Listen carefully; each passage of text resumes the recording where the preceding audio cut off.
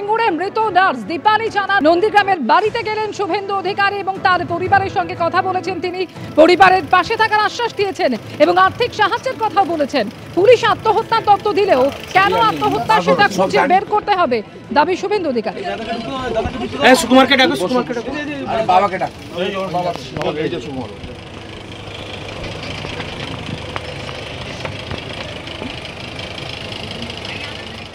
পুলিশই খুব উৎসাহিত তৎপর সত্য উদ্ঘাটনের জন্য নয়, সুইসাইডটাকে খাড়া করার জন্য। আমি সুকুমার জানাবাবুকে জিজ্ঞেস করলাম, উনি বললেন 3টে নাগাদ আইও ফোন করেছিল, বলেছিল পিএম রিপোর্ট এসেছে, আপনি এসে কপি নিয়ে যান আগামীকাল। বিষয়টা হচ্ছে অত্যন্ত দরিদ্র পরিবার, অর্থনৈতিকভাবে পিছিয়ে থাকা পরিবার।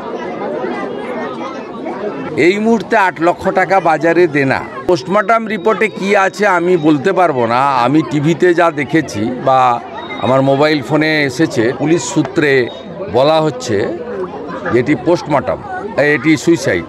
যদি ধরেই নি যে সুইসাইড পোস্টমর্টম রিপোর্টে আছে, তাহলেও